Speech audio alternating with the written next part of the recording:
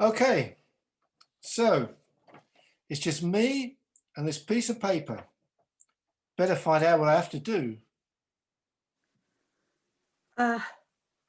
Thank you for taking part in our scientific experiment, You will hear a voice of someone you know. but have never spoken to before because you don't understand what they say. The words they speak will be automatically translated into your language. By an all singing, All dancing, lip smacking, foot tapping, micro thingy, chip what's it. computer.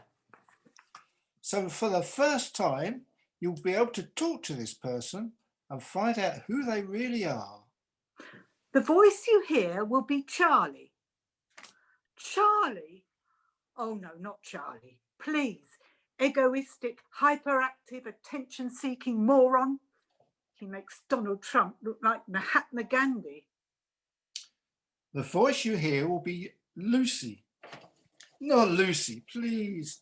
Not that self-opinionated, arrogant, stuck-up little bitch of a drama queen. She makes Miss Piggy seem like Cinderella. So, it's some sort of fancy translator. Oh, well, jolly well done. Fantastic achievement. But I don't want to talk to Charlie. I've nothing to say to him. He's a useless waste of space. Oh, God, Lucy. She doesn't interest me at all. I find her really boring. And it's well known she's obsessed with Chinese zodiac signs, but I have nothing to say to her. What's that? We're live? Oh, okay. Is that you, Charlie? Can you hear me? Lucy, yes, I can hear you, but I'm not sure I want to. I've never spoken to you before and have no desire to speak to you now. Oh, well, the feeling's mutual. I don't want to speak to you either, but we have to because we've signed up for this stupid scientific experiment, which I'm already beginning to regret. So talk. Me? Why should I have to start first? Because I'm the boss and you are the one who obeys commands. I never do anything that people ask me to. So start talking. Okay, so why do you laze around all day doing nothing? You never take any exercise, you never do any sport, you just sleep all the time. Sport? I detest all sport, especially if there's a ball involved. Do you know how ridiculous you look running around after that little tennis ball? I just can't see the point. And by the way, I'm not always sleeping. I rest my eyes and I contemplate. Contemplate? So you weren't asleep when you fell off the ox's back during the great race in China to win a zodiac sign, eh? Just resting your eyes and contemplating. I did not fall off. I was pushed off by that disgustingly horrible creature, the rat, who was supposed to be my friend. He gave me a shove when I wasn't looking and I fell into that revoltingly cold, dirty water. By the time I got out, it was all over. I was too late. Shoved you off when you weren't looking? Oh, come on. How could you be looking if your eyes were closed? And the rules were that you had to cross the river by yourself. You were both cheating by hitching a ride on the ox's back. It doesn't matter if I was cheating or not. The point is that the rat cheated first. Despicable creature. He double-crossed me and I will never forgive him. He jumped off just as the ox reached the other side and ran to the Jade Emperor and claimed first place for himself. And you didn't get a zodiac sign at all.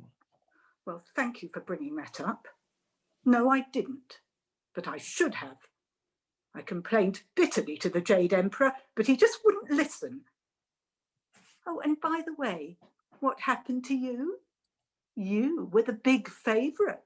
It was certain that you would get the first sign, and you almost didn't make it. 11th out of 12. Was that bloody rabbit's fault?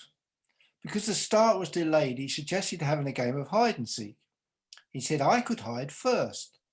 So I found a great place and I waited and I waited. Then I realised he'd tricked me and the race had started and everybody had gone. I went as fast as I could and fortunately managed to get past the pig, who had stopped for lunch and then fallen asleep.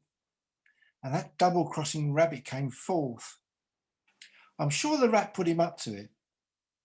But by the way, where did you come again? You know very well where I came. 13th, and there were only 12 signs available. So that's why you chase rats and mice and never go swimming, because the rat double-crossed you. Yes, but let's get one thing clear. I do not chase them around like you chase rabbits. Yes, you do. That's exactly what you do. You chase mice, poor little things. I do not. Yes, you do. I've seen you. I do not chase mice, thank you very much. I hunt mice. There is a difference. I have a carefully prepared strategy and a plan, which I put into operation with skill, technical knowledge, and patience. I don't charge around the garden like a deranged Sonic the Hedgehog. But now I understand why you do it. You were tricked as well. Though you've never actually caught a rabbit in your life, have you? Yes, I have. I must have. I've tried so hard over the years, I must have caught at least one. I don't think so. You're good at running, I'll give you that, but pretty useless at catching. Now I, on the other hand, have caught lots of mice. But you've never eaten one, have you? Well, of course not. They taste horrible. Have you ever tried one? They're disgusting. Oh, but I do sometimes leave them as presents for other people that live in our house. I think the woman upstairs really likes it, as she always screams with delight and she jumps on a chair and does a little dance when she sees one. And the man she lives with wraps them up carefully in a piece of kitchen paper. I suppose to keep for later. Have you ever eaten a rabbit? No, I haven't. Horrible hairy things. They're all chewy and the fur gets stuck in your teeth. But it doesn't matter to me if I don't catch a rabbit. I just really like chasing them. But for you, any exercise is a real no-no. That's why you always sit next to the mouse hole and wait for it to come out. I take the time to search for rabbits and sniff them out. I do not sit. I do not sit at all. I arrange myself in a carefully prepared crouch, ready to pounce out the moment the mouse appears. Oh, come on, most of the time you're asleep. I do not sleep. I just save my eyes so that they're refreshed and prepared for the moment that the mouse appears. Next thing you're going to tell me is that it's a ruse to make the mouse think you're asleep so it will come out. That's exactly it. Exactly. You finally understood something about hunting. And perhaps at last, we do have something in common. We do? Yes, we were both cheated out of having the first Chinese zodiac sign in the great race, and we've both become good at something else in return. Well, you're good at hunting. I'll give you that. And you're good at running, definitely. So what a surprise. We have something in common and we know what we're good at. But tell me something, the humans who live in our houses, Yes. well, what are they good at? Well, that's a very interesting question. And do you have an interesting answer? Well, I'm not sure I do. They're useless at hunting, that's for sure. Going off with all those dogs and horses and trumpets and shouting, just trying to catch one little fox. That's not hunting. And what's more, they don't even eat the fox if they catch it. And they're no good at running. I saw the bloke who lives in my house run for a bus the other day. Pathetic. When will he understand that you have to use 4 legs to run fast? This insistence on only using 2 is just plain ridiculous. I don't know why they don't see it. Obviously, he missed the bus. If he'd used 4 legs, he wouldn't need the bus. Okay. So what are humans good at? Well, I can't really think of anything. Neither can I. So what are humans for?